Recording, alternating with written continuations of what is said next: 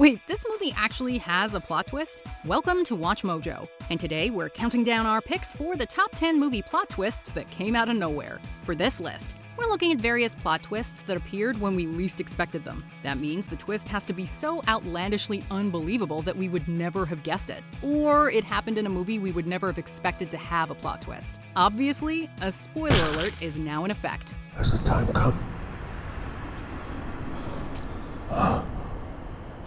I've been waiting so long.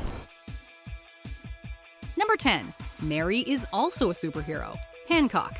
Hancock primarily concerns Will Smith's John Hancock, a superhero who is actually hated by the general public due to his reckless abandon, drunken behavior, and wanton acts of destruction. I'll break my foot off in your ass, woman. Charlize Theron plays Mary Embry, the wife of a public relations consultant. That's all we're led to believe.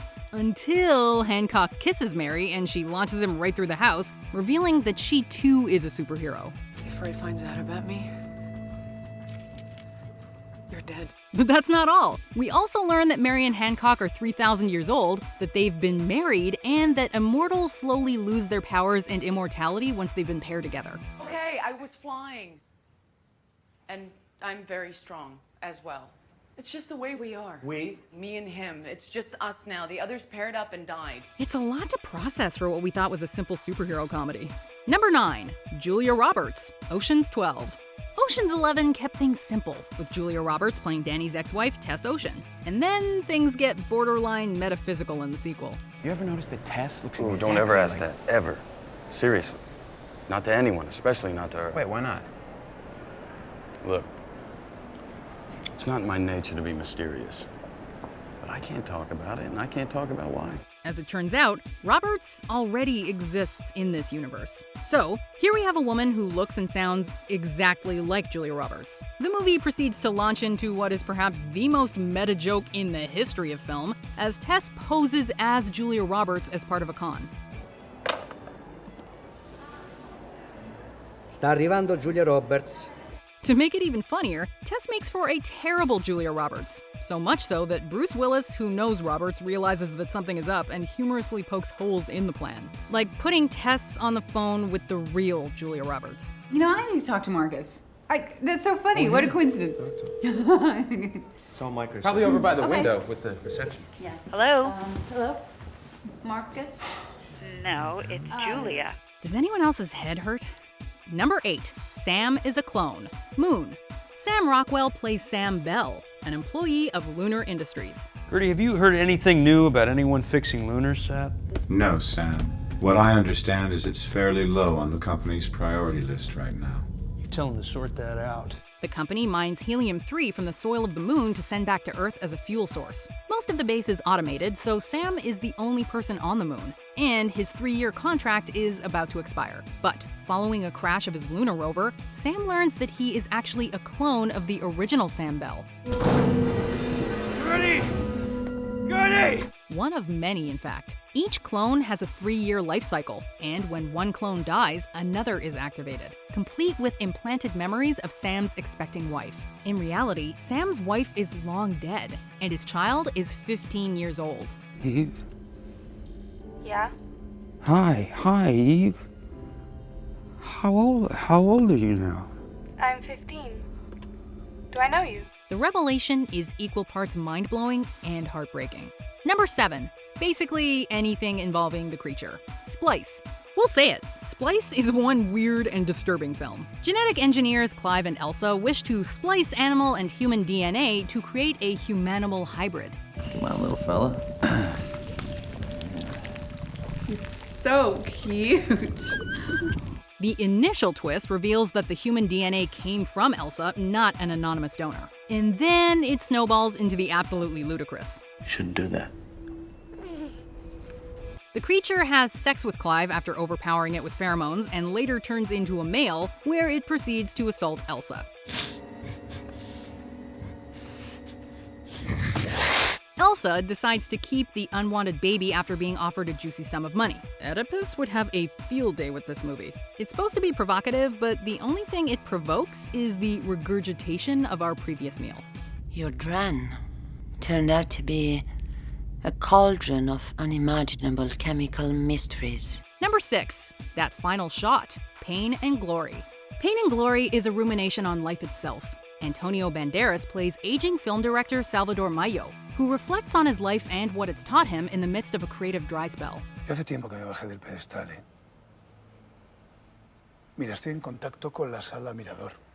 Sé que es una sala muy pequeñita, muy off, para montar el bello indiferente de Cocteau. The final shot of the movie shows a young Salvador admiring some fireworks, while his anxious mother worries about their precarious situation. And then we find that these are actually actors on a movie set. Con que tengamos una casa me conformo.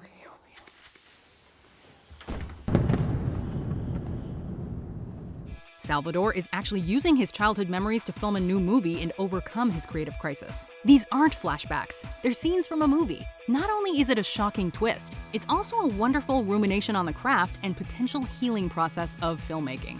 Nos iremos al pueblo, tú y yo. Y Maya para que haga las haciendas de la casa.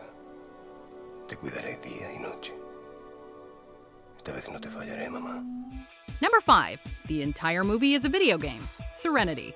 Serenity was largely lambasted when it was released in the winter of 2019, with most of the criticism aimed at its ridiculous plot twist. The big question is, why has the creator changed the rules? Matthew McConaughey plays Baker Dill, a tour boat captain who's hired by his ex-wife to kill her new abusive husband. I want you to take him out on your boat, let him get drunk,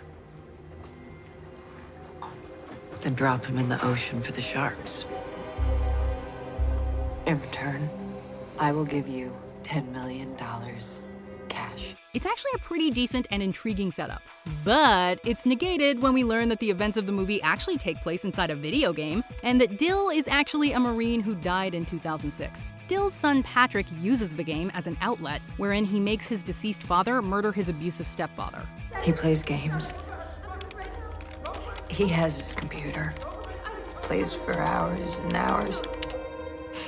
School says he's got a unique ability, but he just seems kind of broken down. But wait, it gets better. Patrick decides to forego the creative outlet and simply murders his stepfather in real life. In the Pompano Beach area of Miami last night, police responding to a 911 call arrested a 13-year-old juvenile, Patrick Zariakis, on a charge of second-degree murder.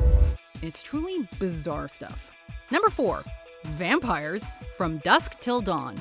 Trailers tend to spoil even the greatest surprises. This movie opens as a regular crime caper, as bank robbers Seth and Richie make their way into Mexico. What did I tell you? What did I say to you?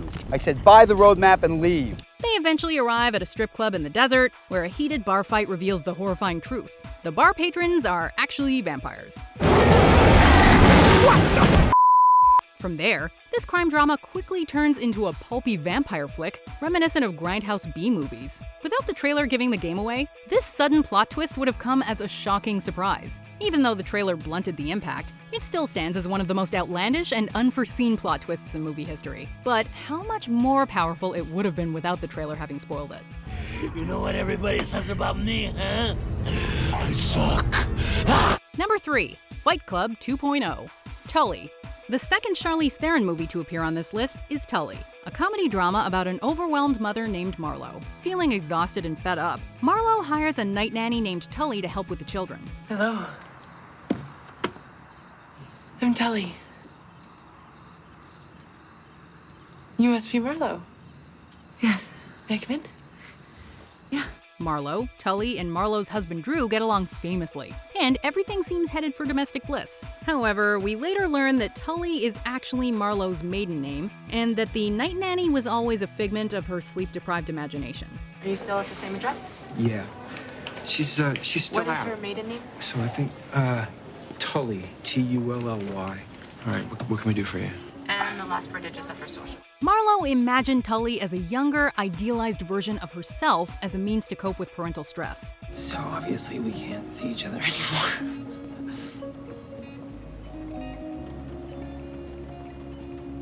I don't want you to go. Well, I was really just here to get you through the danger zone.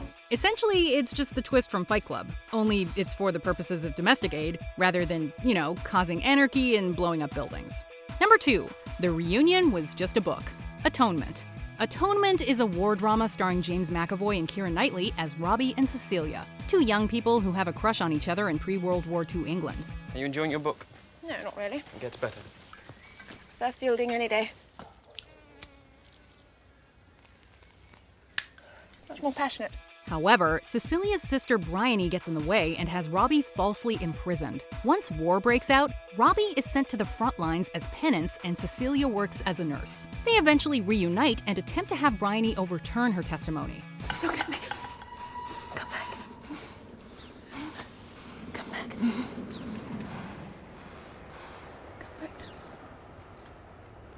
We later learn that this reunion never took place. The whole scene was imagined by Bryony for her autobiographical novel Atonement. Bryony Tallis, your new novel, your 21st, is called Atonement.